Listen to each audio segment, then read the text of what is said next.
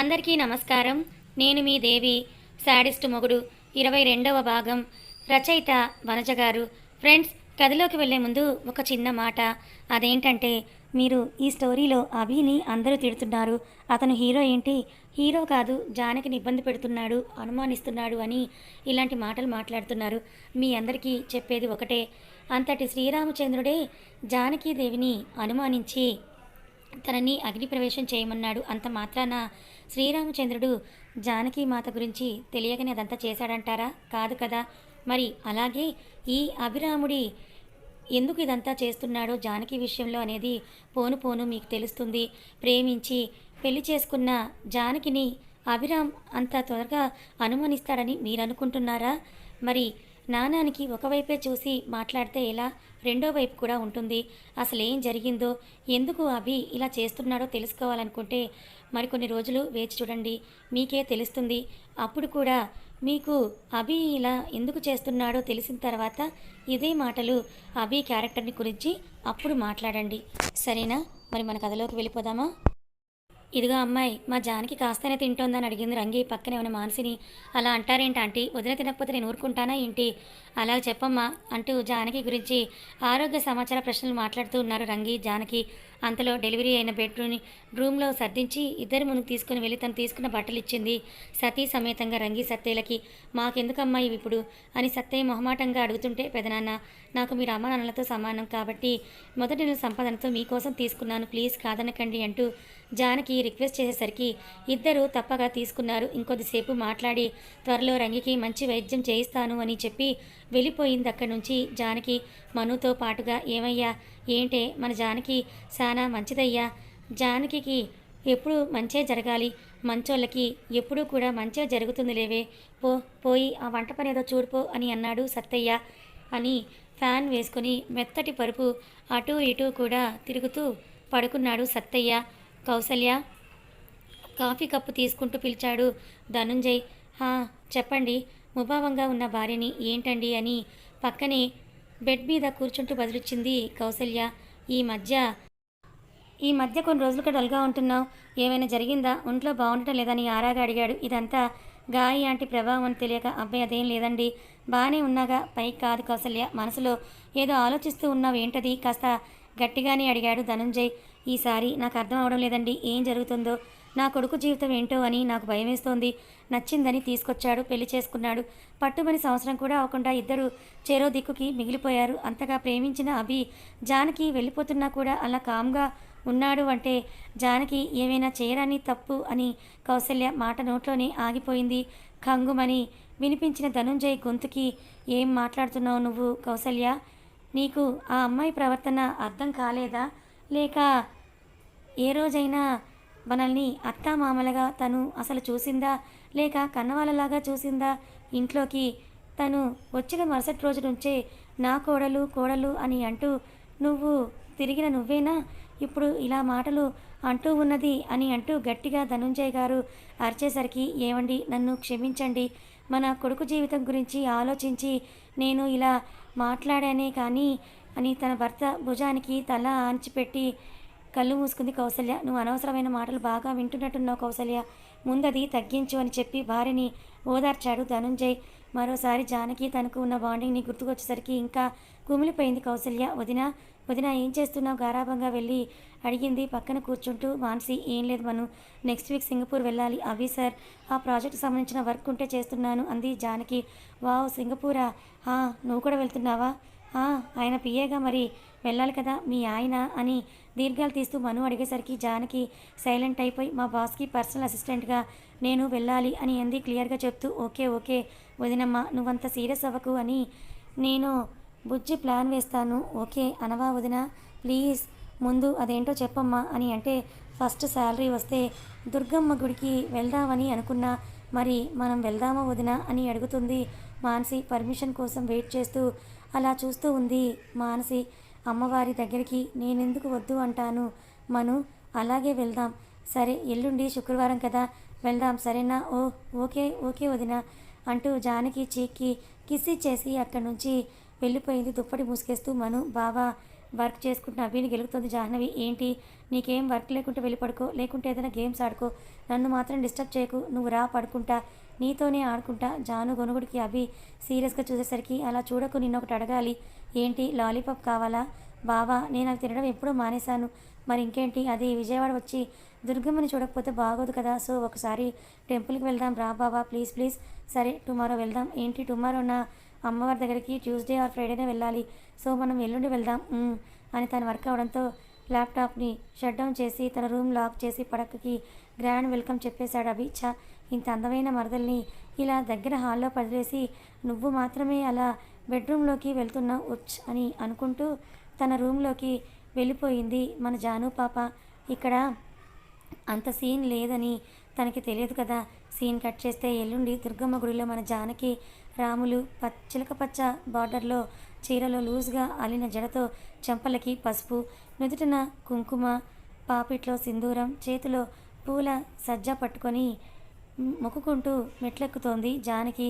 Sky blue shirt, jeans ఫార్మల్కి క్యాజువల్కి మధ్యలో రెడీ అయ్యి వచ్చాడు అభి. ఇంకా ఎక్స్ట్రాగా టాప్ లెగ్గింగ్లో జాహ్నవి, వితౌట్ చున్ని ముద్దుగా లంగా ఉనిలో మన మానసి, పచ్చరంగు నిలుపుకున్న చెట్టులా జానకి, నీలాని దాచిన మేఘంలా అభిరామ్. మరి ఆ చెట్టు ఇచ్చే గాలి మేఘాలను తాకి మెత్తపడి కరిగి వానలా జారి తిరిగి చెట్టుకు ప్రాణం పోసేనా. మెట్ల మధ్యలో అభి, వాళ్ళకి కాస్త 2 మెట్లు దిగువన జానకి, మిరపరంగు షర్ట్, తెల్లటి పంచెలో అజిత్ పూజ చేయిస్తూ ఉన్నాడు. అందరికంటే ముందుగా వదిన వదిన పక్కనే మొక్కుకుంటూ మెట్లెక్కుతున్న జానకిని కదిపేసింది మను. ఏంటి మను, చూడు నాతో ఈ లంగావోని వేయించావు, నాకు మెట్లెక్కడానికి కూడా అవడం లేదు అంటూ నానా కష్టాలు పడి ఒక్కో మెట్టు ఎక్కుతూ ఉంది మాన్సి. గుడికి ఎలా పడితే అలా వచ్చేస్తారా ఏంటి, చూడు ఎంత బాగున్నావో నువ్వు ఈ లంగావోనిలో, అచ్చం బుట్టబొమ్మలా అని జానకి తన పాటికి తను వెళ్తూ ఉంటే, నన్ను అంటున్నావు కానీ అటు చూడు, ఆ అమ్మాయి ఎవరో కానీ టోన్ జీన్సే వేసుకొని గుడికి వచ్చింది తెలుసా అని అంటూ మను అనేసరికి ఒక్కసారి పూర్తిగా తలెత్తి ముందుకు చూసింది జానకి. ఒకరితో మనకెందుకు మానసి, మనము మన దాంట్లో ఉంటే బాగుంటుంది కదా అని అంటూ పద అని జానకి వెళ్ళిపోయింది ముందుకి. మానసి కూడా పైకి ఫాస్ట్గా ఎక్కడంతో తన పక్కన ఉన్న అభిని చూసి గుడ్ మార్నింగ్ సార్ అని నవ్వుతూ విష్ చేసింది మాన్సి. మామూలు స్టాఫ్ అయి ఉంటే కనీసం హెడ్ కూడా తిప్పేవాడు కాదుగా మన అభి. మాన్సి కాబట్టి నార్మల్ ఫేస్ తోటి తలూపాడు. ఓహో ఈ జీన్స్ పీచు ఈ జాహ్నవీనా అనుకుని సైలెంట్గా జానకిని చేరుకుంది మను. భక్తులు లీనమైన జానకి మను మాట్లాడేది వినపడకపోవడంతో తన ప్రయాణం నేరుగా గుళ్ళో ఆగింది. 3 మెట్లు దూరంలో ఉన్న అభి జానకి 3 సార్లు గంట కొట్టాక గుడిలో అడుగుపెట్టి గంట మోగించాడు. శుక్రవారం కావడంతో మరీ ఎక్కువ కాకపోయినా ఒక మాదిరిగానే ఉన్నారు భక్తులు. పక్క వెళ్తున్నవి జానకి ఒకరినొకరు చూసుకోకుండా ఉంటే జాహ్నవి మానసులు మాత్రం మూతులు ముక్కులు తిప్పుకొని దర్శనం కోసం క్యూలో వెళ్తూ ఉన్నారు. అజిత్ మాత్రం అందరికంటే ముందే స్పెషల్గా అర్చన చేయిస్తూ ఉన్నాడు. దుర్గమ్మని చూడటం కంటే ముందే అభికి అజిత్ని దుర్గమ్మ చూపిస్తూ ఉంటే నార్మల్గా ఉన్న ఫేస్ కోపంగా మారిపోయి అప్రయత్నంగానే తన కళ్ళు జానకి కోసం వెతికాయి. వెనక్కి ముందుకి చూస్తూ ఉన్నాడు అభి. తన పక్కన రోలో చూడని అభికి జానకి రాలేదని అర్థమయ్యేసరికి హాయ్ జానకి అక్క అని అంటూ జాహ్నవి పిలిచిన పిలుపు అభి చెవుల్లో పడితే జాహ్నవి చూస్తున్న వైపుకే చూసేసరికి పక్క రోలోనే ఉన్న జానకి కనిపించింది. జాహ్నవి పిలవడంతోనే అభిని చూసిన జానకి అతని మీద నుండి చూపులు తిప్పి హాయ్ జాను అని చెప్పి మళ్ళీ దుర్గమ్మని చూస్తూ ఉంది. పూజారి అడ్డు ఉండడంతో జానకి అజిత్ కనిపించకపోవడం తన బ్యాడ్ టైం. క్యూ దగ్గరికి వచ్చేసరికి భక్తిగా కళ్ళు మూసుకొని చేతులు జోడించి అమ్మ ఈ ఊరు వచ్చినప్పుడే నీ మీద భారం వేశాను తల్లి, నాదే కాదు నా బిడ్డ బాధ్యత కూడా నీదే అని తన కష్టాలు దుర్గమ్మకి చెప్పుకుంటూ ఉంటే డైరెక్ట్గా దగ్గరికి వచ్చేసింది. సేమ్ రోస్లో ఉన్న అభి కూడా గర్భగుడి సమీపానికి వచ్చేస్తున్నాడు. కళ్ళు తెరిచేసరికి ఈసారి జానకి కూడా అజిత్ని కనబడి ఒక క్షణం భయమేసి మళ్ళీ అమ్మనే చూస్తూ ఉంది. వెనక క్యూలో భక్తుల రద్దీ పెరుగుతూ ఉండడంతో కాస్త తోపులాట ఎక్కువై జానకి గేట్కి తన కడుపు తగిలే టైంకి అభి ముందుకు వెళ్తే అతని వీపుకి జానకిని ఆపేసింది. అందరూ కర్పూర హారతి కోసం చేతులు ముందుకు చాపుతూ ఉంటే జానకిని గమనించిన అజిత్ పూజారికి ఏదో చెప్పేసరికి గేట్ కొంచెం ఓపెన్ చేసి లోపలికి రామ్మ అని అన్నాడు పూజారి. అది అజిత్ పని అని ఆమెకి అర్థం చేసుకున్న జానకి పర్వాలేదులేండి పూజారి గారు, నేను ఉంటానని చెప్పి ఈసారి కోపంగా చూసింది అజిత్ వంక.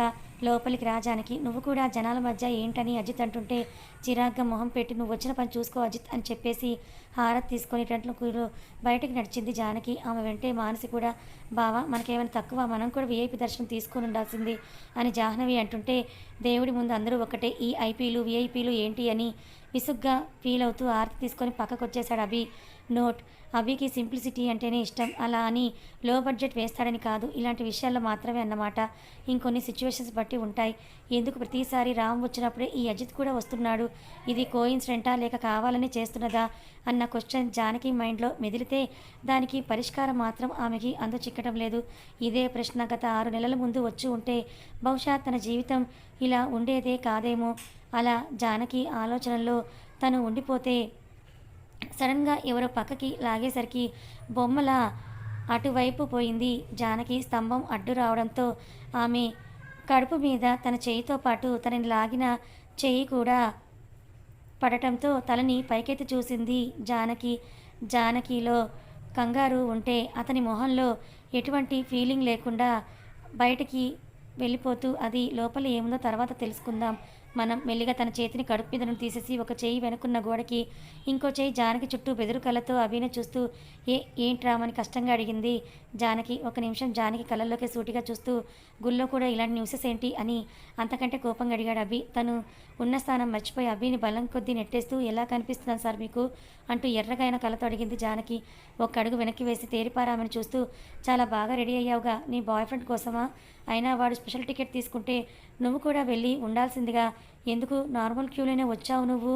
సింపతి కోసమా హా అని అంటూ అభి అడుగుతూ ఉండేసరికి ఇంకోసారి జానకి గుండెలు ముక్కలుగా అయిపోయింది. కానీ దాన్ని అణిచివేసి, మీరు నాకు ఆఫీస్లో మాత్రమే బాస్ సార్, అంతవరకు మీరు ఏమైనా మిస్టేక్స్ ఉంటే చెప్పండి, నేను సరిదిద్దుకుంటాను. అండ్ వన్ మోర్, మా పర్సనల్ లైఫ్లోకి మాత్రం ఇంటర్ఫియర్ అవ్వకండి ప్లీజ్ అని అంటూ దండం పెట్టేసి అక్కడి నుంచి వెనక్కి తిరిగేసరికి ప్రసాదం కోసం వెళ్ళిన మను రిటర్న్ రావడంతో కళ్ళు తుడుచుకొని తనకెదురుగా వెళ్ళింది జానకి. దీనికి బాగా ఉంది, ఇక్కడ నేను అడుగుతూ ఉంటే ఏదేదో మాట్లాడుతుంది అనుకుంటూ డాక్టర్ చెప్పిన విషయం మర్చిపోయి అభి ఆ క్షణం విచక్షణ కోల్పోయాడని తనకి తాను అర్థం చేసుకుంటూ చేయి స్తంభం కేసు కొట్టుకుని జాహ్నవి కోసం వెళ్ళిపోయాడు అభి. జానకి ఫేస్లోని మార్పు కనిపెట్టేసి మను అభి ఏదో అన్నాడని సెన్స్ చేస్తూ, వదిన నాదో సలహా అంది మెట్ల మీద కూర్చుంటూ. అసలు అభి అన్నయ్య అంత ఇదిగా అంటున్నాడంటే అన్నయ్యకి ఎవరో కావాలని ఎక్కించారనే కదా అర్థం. ఒకసారి ప్రాబ్లం ఎక్కడ మొదలైందనేది ఆలోచిస్తే సొల్యూషన్ కూడా అక్కడే దొరుకుతుందేమో కదా అని తన మనసులో మాట బయట పెట్టేసింది మను. కానీ శూన్యంలోకి చూస్తున్న జానకి ఆ మాటలు ఆమెకు చేరకపోగా శూన్యంలోనే కలిసిపోయాయి. కొంచెం సమయం తర్వాత తన కళ్ళకి అడ్డుకున్న కన్నీటి పొర తెగిపోవడంతో వెళ్దాం పదమను అంటూ ముందుకు కదిలింది జానకి. హా వదిన అని అంటూ మను కూడా స్కూటీని స్టార్ట్ చేస్తే ఫాస్ట్గా ఆఫీస్కి తీసుకొని వెళ్ళిపోయింది. అభి మాత్రం ఫ్లాట్కి వెళ్ళి ఫార్మర్స్లోకి చేంజ్ అయ్యి ఆఫీస్కి బయలుదేరాడు. బావా అని అంది జాహ్నవి. ఏంటి అభిలో విసుగు, నేను ఇంకా ఒక వీక్ ఉండనా ఇక్కడ అని అంది. ఏం చేస్తావు, ఆఫీస్కి వచ్చి వర్క్ ఏమైనా చేస్తున్నావా లేదా ఎలా వర్క్ జరుగుతుందో అబ్జర్వ్ చేస్తున్నావా?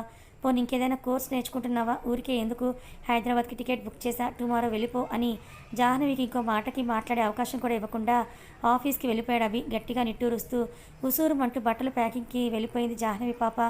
ఆఫీస్లో సీరియస్గా వర్క్ చేస్తున్నాడు అభి. అభి కంటే 10 నిమిషాల ముందే వచ్చిన జానకి క్యాబిన్ క్లీన్ చేయించి తన సీట్లో కూర్చొని వర్క్ చేసుకుంటూ ఉంది. సీరియస్గా వచ్చి తన చైర్లో కూర్చొని వర్క్ చేయకుండా పేపర్ వెయిట్ తిప్పుతూ ఫోర్ హెడ్ని రబ్ చేసుకుంటూ ఉన్నాడు అభి. వర్క్ చేసుకుంటున్న జానకి ఆ సౌండ్ వినపడడంతో తల తిప్పి చూసేసరికి వర్క్ చేయకుండా కనపడ్డాడు అభి.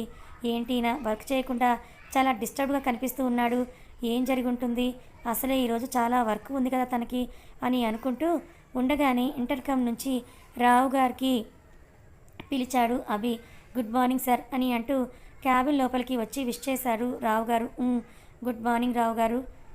ఇంకా ఫోర్ హెడ్ని అలాగే రబ్ చేసుకుంటూ ఉన్నాడు అభి. పిలిచారు, ఏమైనా కావాలా సార్ అని రావు గారు అడిగితే, ఆ రావు గారు దట్ డే కాఫీ ఇచ్చారు కదా, same as like that, I want one more. తల పగిలిపోతుందని అభి అనగానే రావు గారికి గొంతులో పచ్చి వెలకాయ పడ్డట్టయింది. అది సార్ అని తన బాల్ హెడ్ని అటు ఇటు ఊపుతుంటే, what happen, come on get it fast అని అంటూ అభి అనేసరికి రావు గారు కంగారుగా జానకి వంక చూశాడు.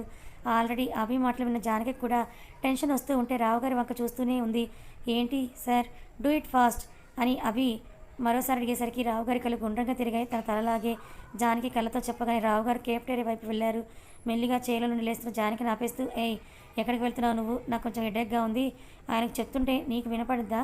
నేను వర్క్ కంటిన్యూ చేసే వరకు డోంట్ స్టాప్, ఇంపార్టెంట్ వర్క్ ఉంది, డూ యువర్ వర్క్ అని కూల్గా అయినా సరే చిరాగ్గానే చెప్పాడు అభి. దాంతో లేవలేక మళ్ళీ అలాగే కూర్చుండిపోయింది జానకి.